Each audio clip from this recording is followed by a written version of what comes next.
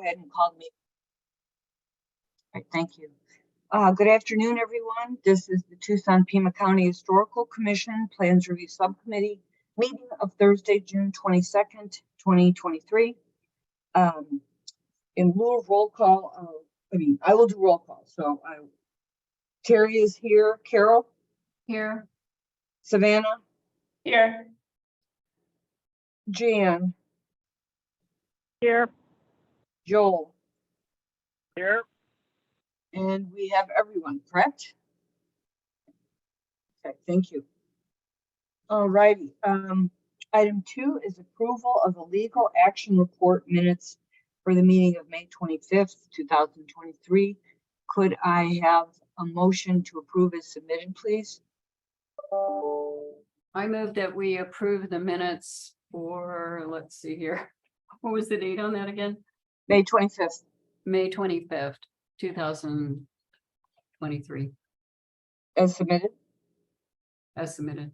Great. And who will second? I'll second. Who was that? Was that you, Savannah? Yeah. Okay. Second. All right. Thank you. All right. I'll go ahead and if there's no discussion, or is there discussion? No. Okay. I'll go ahead and call roll. Terry says aye. Carol? Aye. Savannah? Aye. Jan? Aye. Joel? Yes. Great. Okay. It passes 5-0. Thank you. Now we'll move on to item 3, historic preservation zone review cases, and we review these under UDC section 5.8/TSM 9-02.0.0/historic district design guidelines and the revised Secretary of the Interior standards and guidelines. Case 3A is TP-PRE-0523-00215 at 1041 North Olive Road / Highland Avenue between 1st and 2nd Streets. Okay. It's for a construction of bicycle and pedestrian safety and accessibility improvements along the 2nd Street corridor at the intersections of Olive Road and Highland Avenue and along the maintenance access road that parallels 2nd Street on the south side of the street behind the row of dormitories that face James E. Rogers Way. This is a full review. It's in the University of Arizona Campus Historic District. It's a contributing resource and we'll be using the rehabilitation standards. Okay, Jody, do you have any staff background? Yes, apologies. I put full review, but it's actually a courtesy review. Okay. This is a project, I don't know if you've noticed, but DTM has been in the last couple of years putting in a number of bike boulevards for safety reasons. There's Hawks. Hawks are the big lights that go overhead and stop traffic so people can cross the main roads and everything like that. So they've been doing them all around town. In this instance, it goes through the University of Arizona campus and the portion of the historic district. And because it's like right in the middle of the historic district and there's landscaping and such, I thought it was a good idea to have this get fleshed out through PRS. So Andy Bemis, who is the bicycle guru for the city, is here to present. That's his job title, bicycle guru. Okay, go for it, Andy. Thanks all. Yeah, and I can share my screen and talk through a little bit more background of the project if it would be helpful. I'll be sharing the same exhibit that was included in the materials. So if you have it up or have a better copy. I'm just ask for your patience. I'm without a mouse at the moment, so I'm dealing with just my little pad. So might be a little slow and clunky, but can you let me know if and when you can see my screen? I can see it. Okay, great. And I also only have one screen, so you might see the little Zoom pop up too. But okay, so these exhibits are, I'll use to kind of walk through some of the details of the project. There is also the full cultural report was attached to the meeting, minutes as well for your review. So for a little bit of background, this is a project that was started many years ago, actually predating my time at the city in 2012. The university was interested in reconfiguring the bicycle and pedestrian kind of flow and safety through this area. They were interested in pursuing a federal grant to do that, but they were not, university is not able to administer federal projects. And so they reached out to our department to say, hey, would you be willing to apply for this federal grant in partnership with us? My predecessor at the time said yes. And so that's how it got started. I won't bore you with a lot of the kind of funding and financial details, but I'll just say the reason it has, it started a long time ago and we're only talking about it now is that at the time there was only design funding available and there wasn't construction funding available for quite some time, and there was some uncertainty about our ability to construct this, and so the project was put on hold for several years, and now we've been awarded construction funding, and so we're picking it up again. So there's a preliminary, because it's a federally funded project, it does have a full NEPA clearance process, cultural clearance, right-of-way utility clearance, and everything that is overseen by ADOT and FHWA. So this courtesy review is part of that. So we're, they have their own things they'll look at, and they also say, hey, make sure you're following your local process for historic, cultural, environmental, et cetera. And so that's why we're here. There was a 15% plan, kind of concept plan prepared along with what's called a project assessment document, which just informs ADOT and FHWA of the scope of the project. And now they give the approval to that, and then we move into the environmental clearance period. When that is completed, we'll move forward with final design. So what you're seeing is the kind of 15% concept plan. And so I'll walk through it now. The impacts are shown in the colored lines on the map. So if you're familiar with this area, north is up on the screen, and this is where there's a bicycle and pedestrian underpass of Speedway Boulevard, connecting kind of the northern side of campus to the southern side of campus under Speedway, by the College of Architecture Planning, Landscape Architecture, and the music buildings. Right now, this is a two-way for car traffic, two-way street. There's a two-way bike lane, and within the curb pedestrian path that ends right at the top of the screen here, where car traffic is now, there's two-way car traffic. So the proposal here is to convert this section of Olive Road into one-way car traffic northbound. So cars will still be able to turn into Olive here to access these buildings and these dorms, but the traffic will flow in this direction and out this way, whereas today they're allowed to come south too. There's existing parking against the curb here in front of the Harville building that will be removed with this project.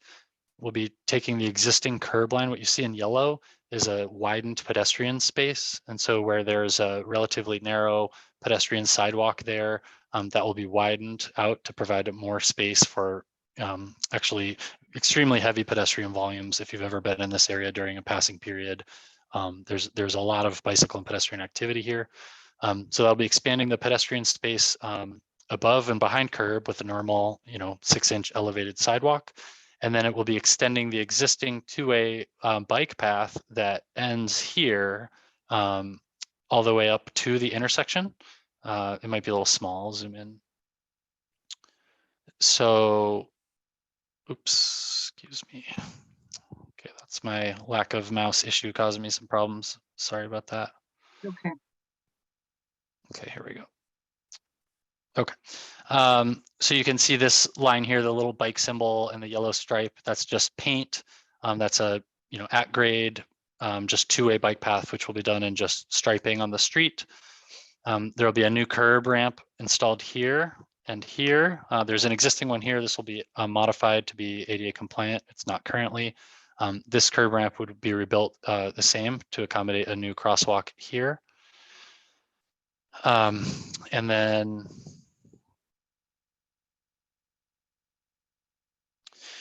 where cyclists come to the intersection, these crosswalks are existing, the ones in white, so they'll be restriped, but we'll add a bicycle crossing adjacent to the pedestrian crossing to separate those modes, whereas now they share the space. And the intention is that cyclists now, rather than navigating on turning onto Second Street, which has the conflicts with the modern streetcar tracks and presents some safety challenges for people biking. This is Joel. Can I interrupt you just a second? Sure. I'm having Yeah, trouble go ahead. fixing this. I'm on the phone.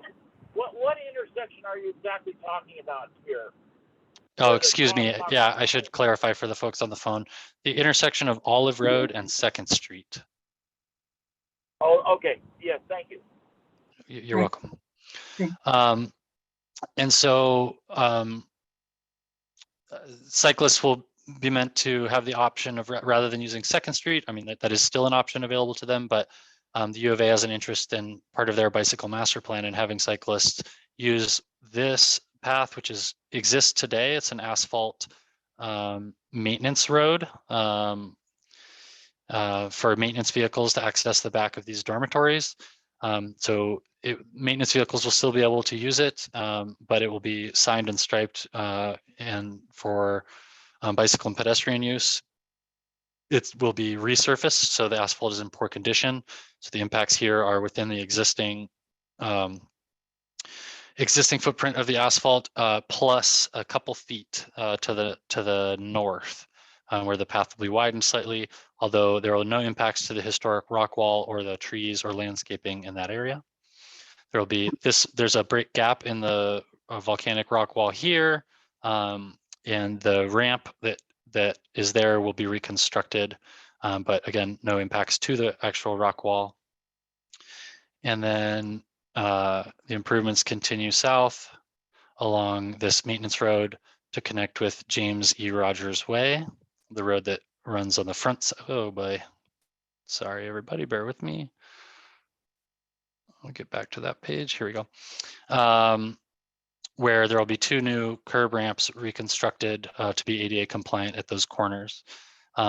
The path is widened slightly in this area, and there's 1 tree that will need to be removed here as part of the project.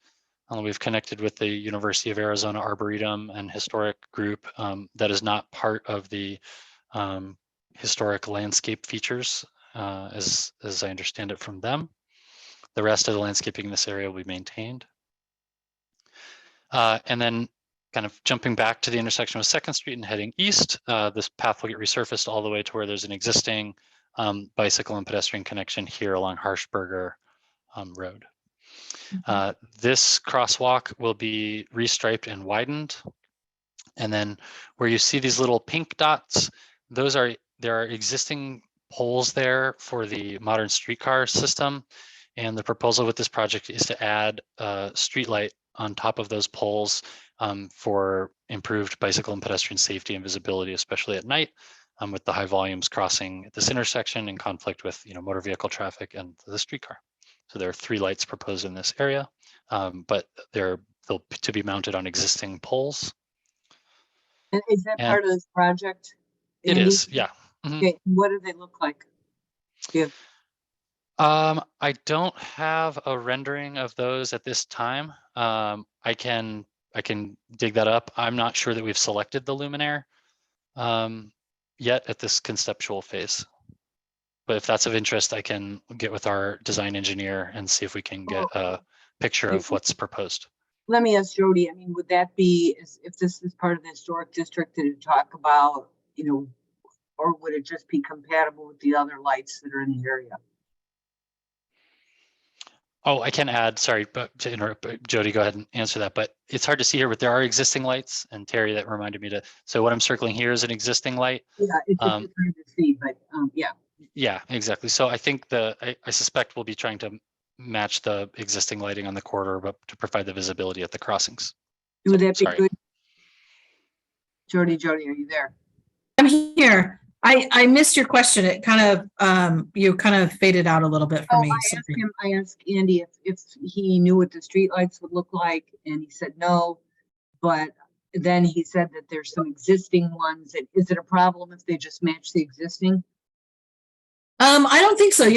If I recall correctly, they have some historic, I'm not sure about this area, but I know the campus has some historic light poles, the acorn light poles. And then when they put in the streetcar, they put in other different poles that don't match that look. So I know that they have a couple of different types of poles out there. I suspect, yeah, they have the Cobra lights out there. So it's not Can a you big s- deal. That would be a problem, do you? I'm Just, trying to No. reshare the street view. Are you able to see this? yes, uh-huh, Okay, Yeah. so this is the existing poles and the existing light. So, and I am recalling now from our site visit, we're adding this same light on this fixture, which is where the crossing would be, and on this fixture, or on this pole, and then an Mhm. additional one on this pole here. Yeah. I don't have any issues with that. If Jody, if you're okay with that. Yeah, I don't think that's problematic. They're pretty, you They're know, fine. Yeah, I just wanted to check, and they're behind those modern dorms, anyway, modern-ish dorms, right? Right. Okay, continue, I'm Okay. sorry. Yeah, no problem. Good question. Let me get back to the other sheet and reshare.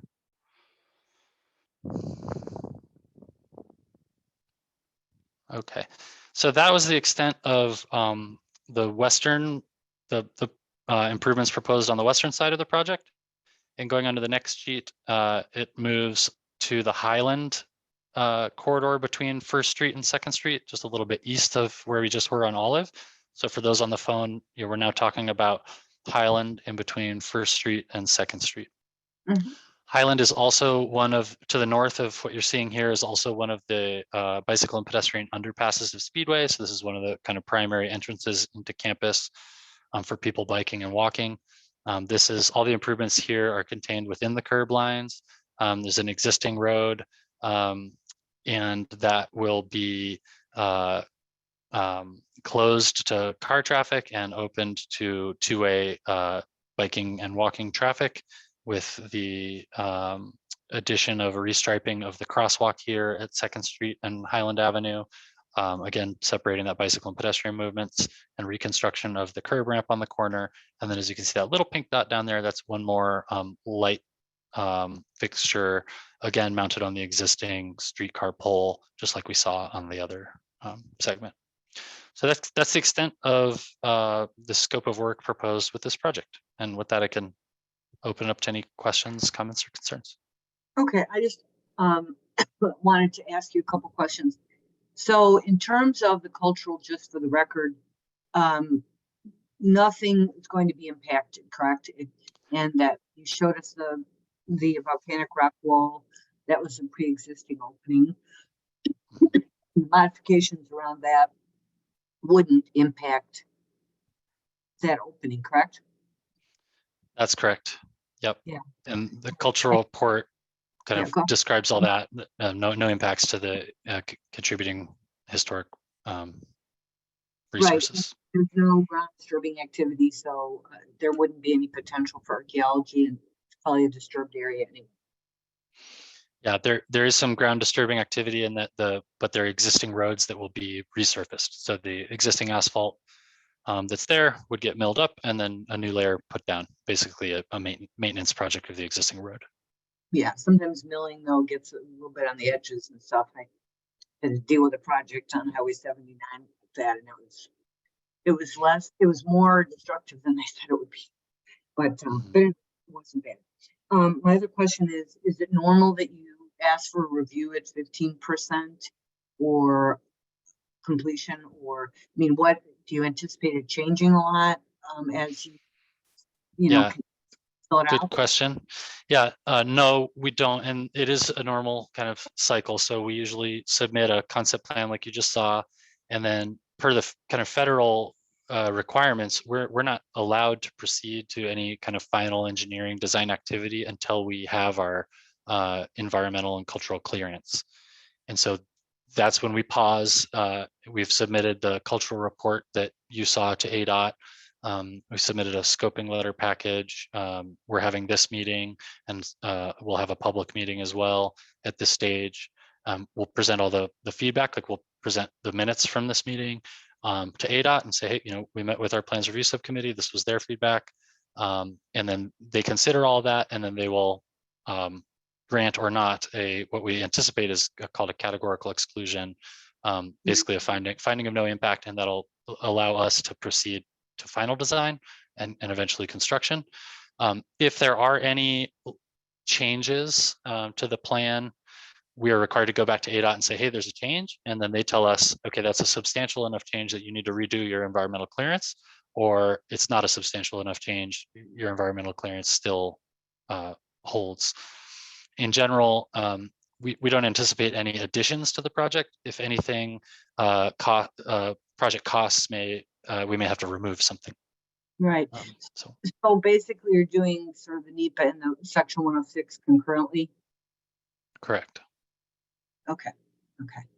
I think those are my questions. Who would like, Savannah, do you have questions? Just a few clarifications, if you could pull the plans up again. Sure.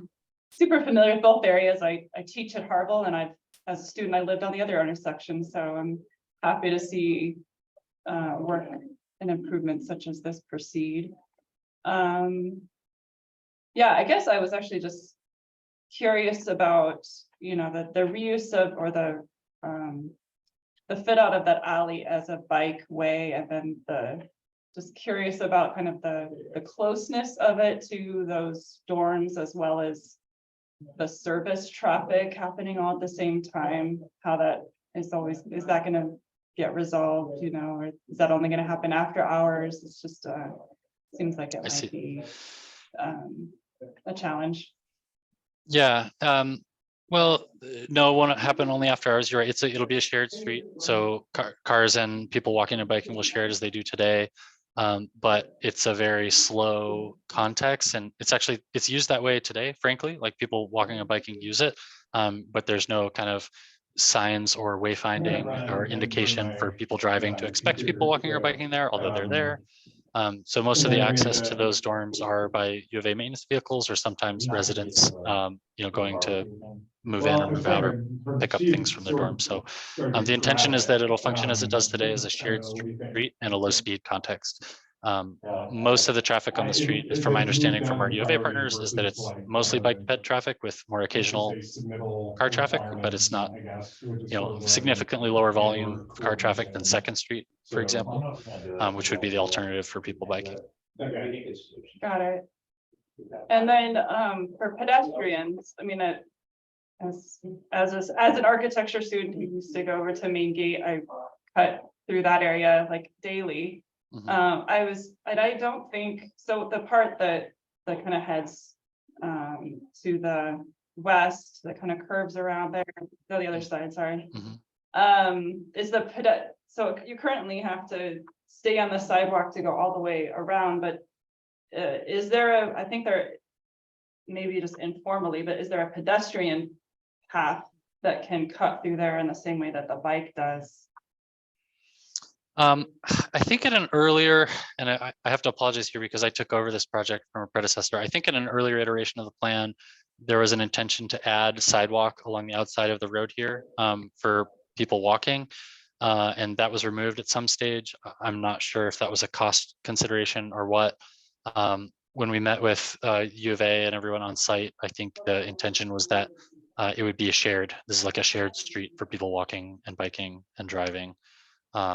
So not a separate sidewalk. Okay, but it is welcome and friendly to pedestrians too? Yeah, Okay. we did consider adding some like speed humps or traffic calming in the area. And so that's in consideration also to make sure the cars that are there are going slowly. There's some drainage considerations with that. So I'm not sure if those will be able to be added or not, but yeah, the intention is that it's a shared space. Okay, I'm happy to hear that. I feel like that's important because it's going to happen. Exactly. Yeah, it's going to happen naturally. It's welcome. It already Yeah. happened, so formalizing exactly. that and embracing that. That's Yeah. it. You're not seeing the signage plan yet because we're not there yet, but our discussions were exactly that, to sign it as, for people walking and biking with vehicular traffic yielding to them. Yeah, so I would say one comment, I would, ensure that there's appropriate signage to keep it, keep people remembering. Yeah, you're saying, Terry, relative to pedestrians and vehicles and bikes and all that, just clarifying. A lot of stuff's going on here. Mhm. you know, I agree. and I don't think it's gonna be a highly trafficked area in terms of vehicles, but when people find out that there's a way to cut through something else, they will do it. You Yeah. know, so, okay. And I have to admit, I'll just share, since this is all on U of A property, our involvement with the city of Tucson is really because we are we're the recipient of the funding. So we have to have a city project manager and myself kind of overseeing it. We're working together to make sure these sorts of comments, safety issues are resolved, but we're kind of following the lead of our U of A partners who, understand this space better than we do and are kind of guiding their preferences for circulation in the area. Right, and I think you can take our comments in that. I mean, if you are doing, outreach through the regular process, then they have to say what we feel and it has to be communicated. So, we're not just like a checkbox, and that. Yeah. So, and Absolutely. yeah, that'd be great. So, Savannah, anything else from you? I think that I'm happy to see the improvements on Olive too. That gets hard to walk on, so giving more space to pedestrian there will be very nice. Okay, how about Carol? Carol, you're on mute.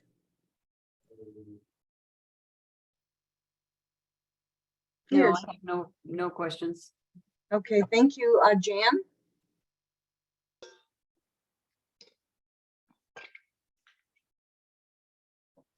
Jan, did you have comments?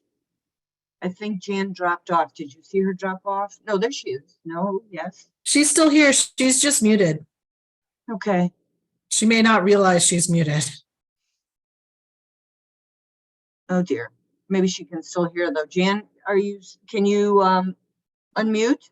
You still have a quorum though, so you're still good. Oh yeah, so didn't respond. Joel, did you have any comments? Did you just call on me, Jerry? I am now. Do you have any comments? Well, first of all, I want to say, can you hear me okay? Yes. Okay, I just want to say first, Annie, I really appreciate your presenting to us the process you have to go through and where we fit into it. Help me get. I just like to have a handle on those things. I appreciate that. Yeah, my pleasure. Yeah. And my questions were basically answered when you were talking with Savannah. So I appreciate your work on that. Those are my only comments, Sherry. Okay, thank you very much. Jan, gonna give you another chance if you want to weigh in. No? Okay. So Jody, how would I record that? Just that she didn't respond? Yeah, I guess that would probably be the best way. No response. Yeah, and we can, when you see the notes, you can, tweak it as you need to. So, okay, did I miss anyone? Does anyone else have any other comments? No, so I really do appreciate it. And I think we know that we don't take a vote on this, Andy, because it is a courtesy review and the notes are typed up pretty extensively and so that and it'll also be recorded. But I think, a written report is probably what you have to do for your consultation, your outreach, correct? Something like that. Yeah, that's a good question. Are there typically, I didn't look at your minutes from the prior meeting, but those notes you're referencing would show up in the minutes or legal action report from the meeting? Yeah, and what Okay. courtesy review is different because what I tend to do is that if it's a regular historic preservation zone case, it might have background and some other stuff, but it's not as detailed. I tend to not do a full transcription, but gloss over all the comments and, so that we know that we actually consider things and ask the questions because, it's hard for people to go back and transcribe the recording. The recording, Sure. as Jody puts them on as YouTube video, and you can Yeah. actually see the people and who's there. So it's a lot better than just the voice recordings, So anyway, I think, and it usually takes about a week or so. So I don't know if that works with your That's schedule. fine. Yeah, that works with the schedule just fine. And it'll be great to know that if we'll present the minutes and as they're typed up to ADOT, and if they want any further clarification on what happened, we have the recording available for them as well. So Yeah, that and sounds so, like it should work for us. yeah, and so Jody, like, well, anyway, when we submit, with the LAR, the legal action report is posted, and then it doesn't become minutes and is approved until the next PRS meeting, which will be, we meet the second and fourth. Is it the second and fourth of Yes, when? the second and fourth Thursdays of the month. Yeah, so it won't be official minutes until, you know, the second week of July, right? I think that should be fine for our schedule too. Okay, just to give you a heads up, and Jody. Thank you. will know. And we appreciate it. So any final words, commissioners? If not, good luck with the project and thanks for presenting. to us. No, Nice thank you. to see your name, Jorge, even though couldn't see your face. So, yeah. Thank you all. Have a great Mhm. afternoon. Bye-bye. Okay, item 4 is update on city outreach to property owners in historic districts regarding potential impact of code changes. And Jody put this on the agenda and she's going to tell us about it. Yeah, so I put together, I did it in PowerPoint because it seemed easier, but it's pretty basic. I'm sharing my screen now. Can you guys see my screen? Yes. Why are you? Sometimes my mouse doesn't do what I want it to do. There it is. So, so I start because really this is geared towards people in the National Register District, not so much in the HPZs, because in the HPZs you have to go through a process. But starting out with, for properties, you know, really this is who they need to talk to. And I split it up for people who are participating and people who are not participating based on direction that I received from SHPO recently. Susan Lawson is basically dealing only with the people in the property tax reduction program versus not in the property tax reduction. The two kind of code things that happen are really the front yard walls and the carports. And then these are excerpts, I call them excerpts from the Secretary of the Interior standards because they're not all 10. Like I took out the one about archaeology because most people, sorry, Terry, I took out the one about archaeology. I took out the one about maintaining their use as they were originally and kind of kept it to the ones that are most pertinent to the historic homes in a historic district. This is where I'm at so far. So I'm, you know, happy to hear comments or that'll go. Woohoo, Jody, those look great. I'm perfectly happy to hear that too. Or wow, no smiles. Okay. Well, now is there Tough crowd today. now is there any chance that you could you know, let us think about it some more? And because I didn't see that, did I miss it on the, you didn't post it on the thing? I didn't post it on the, yeah, I didn't post it on the thing. Yeah. Because I was still kind of messing around with it a little bit, but yeah. Jerry, this is Joel. I agree with you. I apologize. I am actually on the road on a vacation, and I didn't have a chance at all to look at it. So I'm hoping we can still have a chance and then make our comments later, if any. You know. So thank you. Yeah, maybe just Jody, if you mark a draft so that we know, and then, I mean, would you care if we give you more feedback sort of by the next PRS meeting? Sure, I can include this on the agenda for the next PRS meeting. I can send it all out to y'all so you can look at it. Bear in mind that, you know, the Secretary of the Interior standards are not overly prescriptive. You know, there's a lot of room for negotiation, so to speak. So, you know, I don't want I don't think it's appropriate, frankly, for me to say, that if you do a carport in the front, it should be 10 feet from the house and it should be X, Y, and Z, because that's not always going to be the case and every house is different. Right.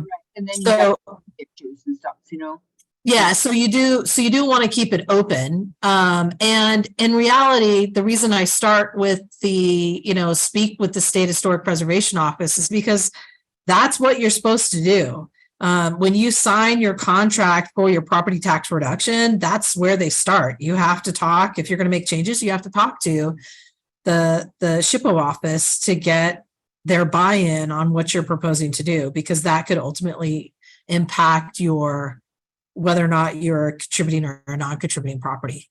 So I kind of kept it as an informational handout, but I'm happy to keep it on the agenda for next month or next. Actually, I guess that is next month, huh? Next month, The 13th. get comments.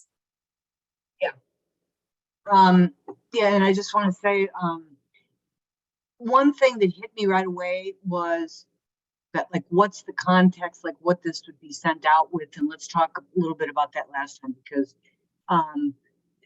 because commissioners raised the issue of if there are code changes that allow certain things, people need to understand what that means, and so some of it is context. I mean, I'm sure that people have tax credits and they don't know what that means.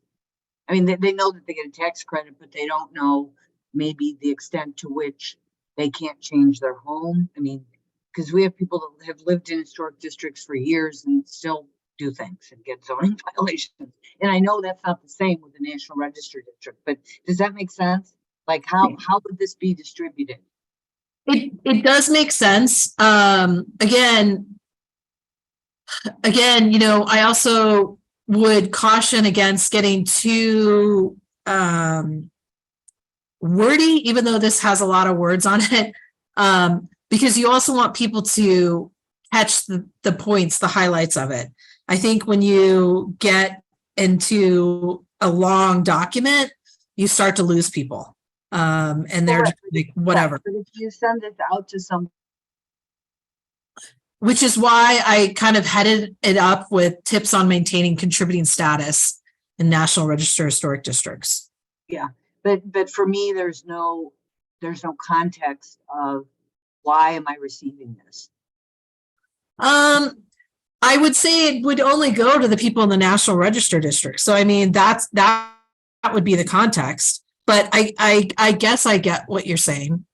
Yeah, well, we can talk more about it. I mean, I think this is really good, boiling it down. But I think it has to have some reason, like, oh, hey, why am I getting this? Like they need to know that when they make choices about making changes to their home, they need to be sensitive to these things.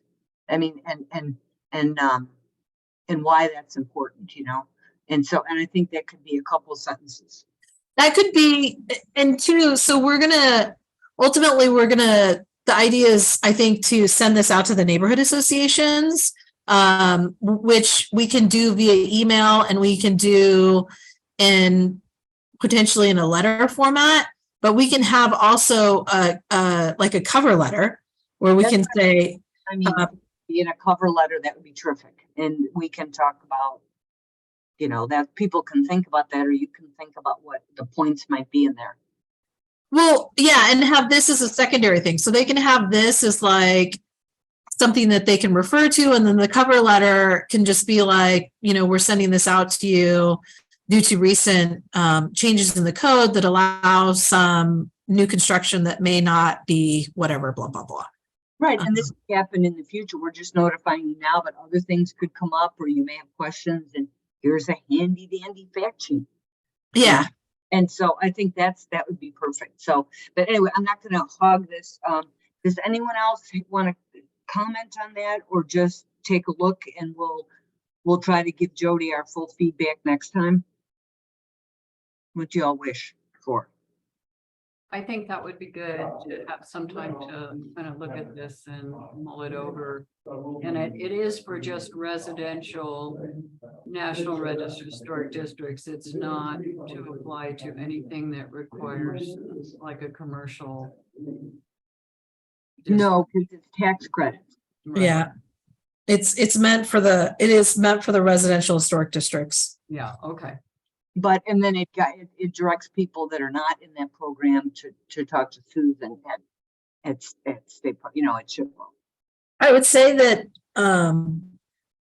the like the 4th Avenue Commercial Historic District and the Sunshine Mile Historic District, they both have overlays over them.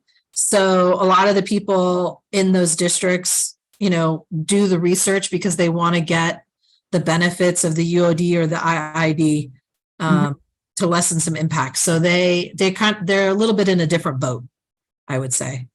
And they might be more familiar with character defining features and, sort of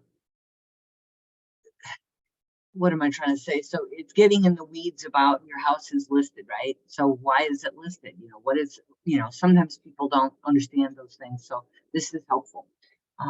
So Savannah or Joel or Jan, do you have any comments right now, or you just want to wait until next time? This is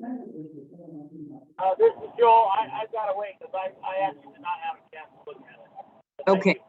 Yeah. So Jody will send in maybe watermark it as draft. Savannah, what are your thoughts? I read through it just now. I think it looks great, but I guess I don't fully understand the intent or how it will be dispersed amongst people. So, but it looks good as a slide. Yeah. Well, I don't know. Thank you. The meeting commission where this was brought up, you might not have been there, but it might be useful to look at those. We don't have great minutes or LARs from the full commission meeting, but it was brought up that,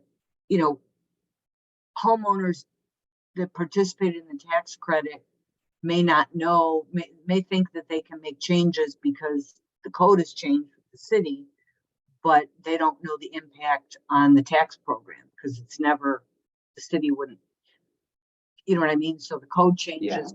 Yeah. So it's permissible, but what if you take advantage of that option, what happens?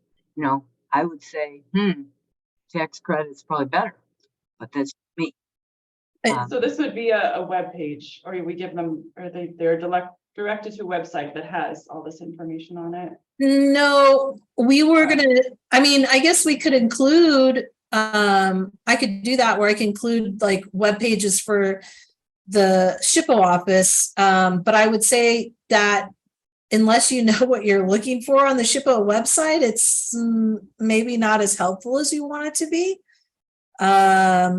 Which is why I kind of try to put it in this manner. But it was spurred because, there was that recent UDC update that allowed carports in the front yard setback. And so a number of people were concerned. And when that was coming to mayor and council before it got approved, there was some comments that we should regulate that, but then that becomes a de facto HPZ, which brings up the 207 issues. So in lieu of that, we said that we would put this together. The idea is to mail it to the neighborhood associations, the historic districts like Broadmoor Broadway and Sam Hughes, and then from there they could distribute it to or put it on their listserv or their websites or whatever, so that could go out to the population as a whole. Okay. It increases awareness, among the residents with historic homes. So let's see, who did I miss? So Carol said you're okay with waiting to look. Jan, did you have anything? I see you up again, but unmute. Can you hear me? Yeah. Yes. Oh, good. You can hear me. Am I unmuted? Yes. Now you are. Oh, good. Yeah, for some reason it wasn't responding to unmute. Yeah, I think waiting till next week. I understand why or next meeting. I understand why we're doing it, and obviously I can't review it on the phone. I apologize. I'd love to be able to take a look, but it sounds like we're on the right track. It makes sense. Yeah, thank you so much, Yeah. Jody. And Terry.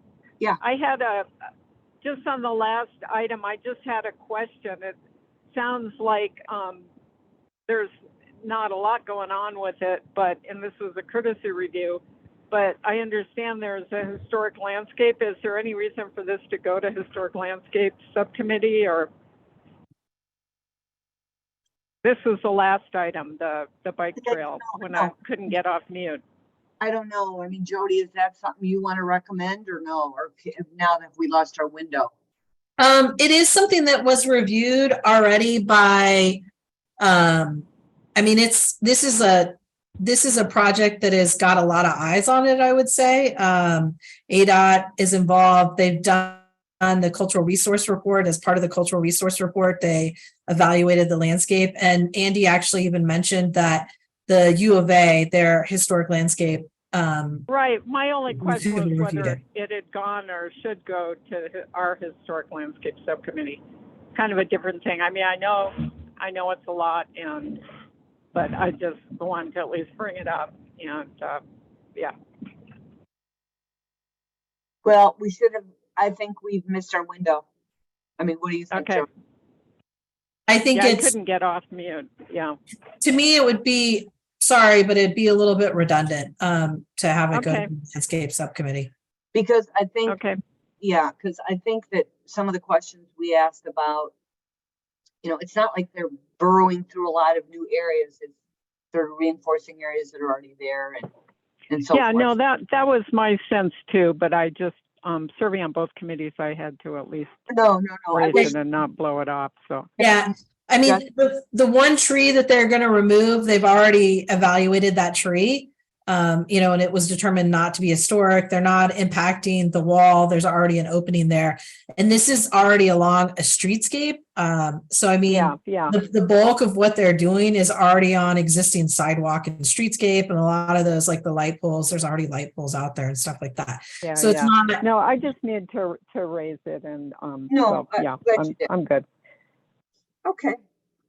Alrighty. So, and then on item 4, Jody, if you just want to come with ideas about what the cover letter might say, we can just brainstorm about that. Because I think setting the context of why we're asking them to, keep this handy fact sheet, is important. So, okay, I'll move on to item 5, which is task force on inclusivity report recommendations. 5A is discussion on best practices for naming of city and county owned physical assets. Unfortunately, I haven't been able to work on it, but the goal is still to wrap this up this summer. So, item 6 is current issues information discussion. 6A is minor reviews. Who would like to? Is Michael on? No, Michael, he sent me the information though, so I can go through it if you'd like me to. Yeah, that'd be great. So Terry did some minor reviews with Michael. Actually, I was there too, wasn't I? For one of these. 707 East First Street in West University for a new roof and a window replacement. And then 725 South 6th Avenue, which was for the restriping of a parking lot and trash enclosure and gates in Armory Park. The parking lot, the restriping of the parking lot is for the Ugly But Honest pizzeria place that's going to go in at the Wansley auto place. And it's just behind the Bafford. So both of those were recommended for approval with some minor conditions. Yeah, they were pretty benign. Jody, do you mind shooting me? Did he send you an email that I can just pop that in there? Yes, I will forward that to you. Thank you. Okay, item 6B is appeals. We do not have any appeals. Okay, 6C is zoning violations. We have one, well, we have the ones that we're working on, but we also have one for 713 East 5th Street in West University. We are looking to have them scheduled for review in July. Okay. Review. I could probably help with that one if you want. Oh, that'll be actually a full review, but thank you, Joel. Yeah, and so back to the reviews, you don't have any scheduled at this time, Michael will reach out. We do not. We will reach out to you. Yeah, okay, perfect. Okay, 60 is review process issues. Does anyone have anything that would like to bring up?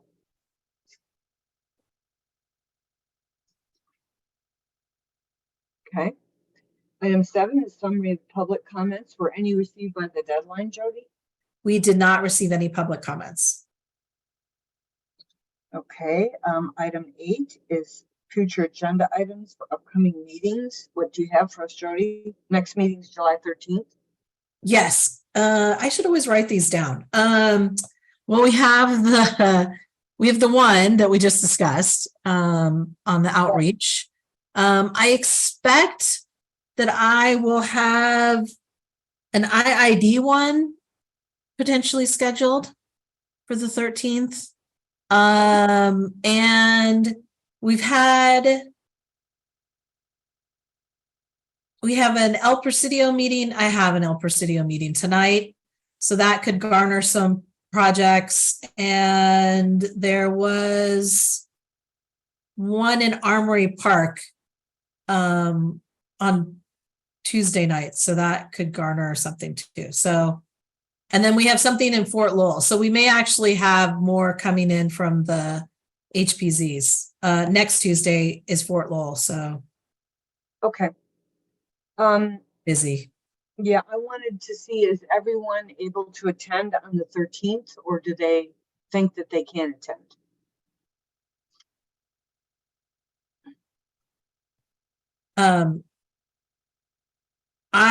I'm gonna, to be honest, I'm gonna try to attend on the 13th. I may be at a swim meet attending. Okay, I think I have to drive somewhere, drop my husband off at a faraway airport, but I should be back in plenty of time, or I'll pull over with my trusty MiFi in a parking lot.